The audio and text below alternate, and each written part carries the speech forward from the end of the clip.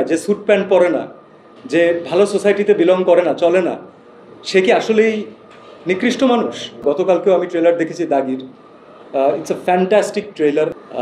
Real story দিয়ে যেহেতু inspired, তো গল্প দেখার সময় আপনারা অনেকেই যারা নিউজ পড়েন, যারা আশেপাশের সম্পর্কে জানেন, তারাও রিলেট করতে পারবেন যে আপনারা ঘটনাটা হয়তো কোথাও না কোথাও দেখেছিলেন, আপনাদের ক্লিক করতে পারে।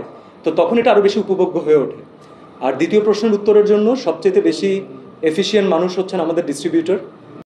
তো নিউজের মতো করে আপনারা দেখবেন, এরপরে একটু কষ্ট পাবেন, তারপর ভুলে যাবেন, স্ক্রল করবেন, অন্য কিছুতে চলে যাবেন, যেটা আমাদের জীবনটা এত ফাস্ট হয়ে গেছে, 3 সেকেন্ডের লাইফ টাইম।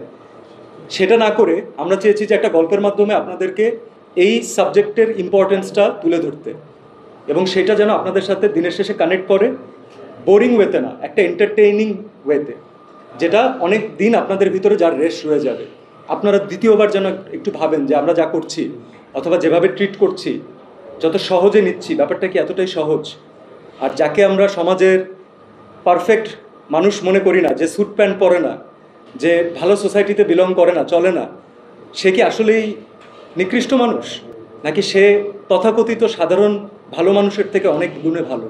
সিনেমা তো দর্শক ঈদের দিন থেকে দেখবেন, তবে এটা ফ্যাক্ট যে বাংলাদেশে পরিপূর্ণ সিনেমা যদি প্রথমে কেউ দেখে, সেটা সার্টিফিকেশন বোর্ডই দেখেছেন।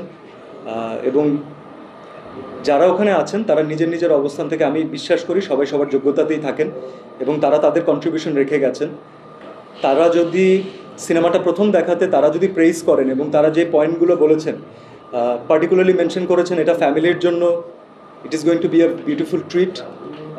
তারা মেনশন করেছেন পারফরমেন্স নিয়ে, যেই বার্নিং ইস্যুটা রিসেন্টলি আমরা কথা বলতে চেয়েছি সেটা নিয়ে তারা প্রশংসা করেছেন, সামগ্রিকভাবে গল্পের গাঁথুনি নিয়ে তারা প্রশংসা করেছেন।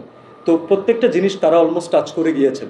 I am very much grateful, তারা পছন্দ করেছেন। এখন দিনের শেষে আমরা তখনই সার্থক হব যখন তাদের মতো করে দর্শক, ফ্যামিলি অডিয়েন্স পার্টিকুলারলি, আমাদের গল্পটাকে অ্যাপ্রিসিয়েট করবেন এবং একটু হলেও কানেক্টেড ফিল করবেন। আমার প্রত্যেকটা গল্পের এক একটা জায়গা থাকে তো রাজন ভাই, এই গল্পটাকে আসলে ফ্যামিলির কাউকে বাদ দিয়ে অথবা হিউম্যান ইমোশনগুলোকে বাদ দিয়ে আমি বলবো যে এই গল্পটা আমি বলতে পারতাম না, কখনোই পারতাম না। তো মোটা দাগে বললে this is about the family, family is important. তাছাড়া পার্সোনাল জার্নি আছে, বাট ফ্যামিলির গল্প পার্টিকুলারলি যেটা ফ্যামিলি অডিয়েন্সকে টার্গেট করে বানানো হয়, একটা ফ্যামিলির 5 জন সদস্য, 5 বয়সের, তারা প্রত্যেকেই দেখতে পাচ্ছে। সামহাও আমার কাছে এই গল্পগুলো বেটার লাগে। আমার কাছে মনে হয় যে ঈদের মতো একটা ফেস্টিভের সময় কেউ একজন ফ্যামিলির সবাইকে নিয়ে বের হয়েছেন, তার যেন এই চিন্তাটা একবারের জন্য না করতে হয় যে আমি আমার বাচ্চাকে নিয়ে এই সিনেমাটা দেখতে যেতে পারবো, আচ্ছা ঠিক আছে বাদ দিই, তাহলে সিনেমা না দেখি অন্য কোনো রেস্টুরেন্টে যাই। এই জিনিসটা করতে চাইনি। আমাদের এখানে দাদি নানিদের রিপ্রেজেন্টেটিভ হিসাবে আছেন দিলারা জামান ম্যাম। আমরা খুবই ফরচুনেট যে তাকে আমরা পেয়েছি। সেখান থেকে প্রত্যেক বয়স শুরু করে একেবারে শিশু শিল্পীর রিপ্রেজেন্টেটিভ হিসাবে আছে নৈরিতা। গতকালকেও আমি ট্রেলার দেখেছি দাগির।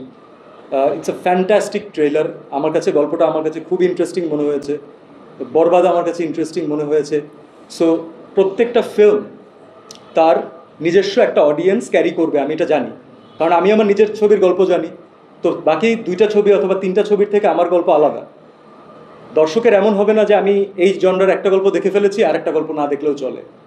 তারা 3টা গল্পই 3টা ডিফারেন্ট ফ্লেভার পাচ্ছে। বাকি গল্পগুলো দেখলে তো এটা আল্লাহ তাআলা যে সামর্থ্য দিলে অবশ্যই দেখবেন তারা। But this is the interesting point. এবং সিনেমা কিন্তু রোটেশন ওয়াইজ ঘুরতে থাকে।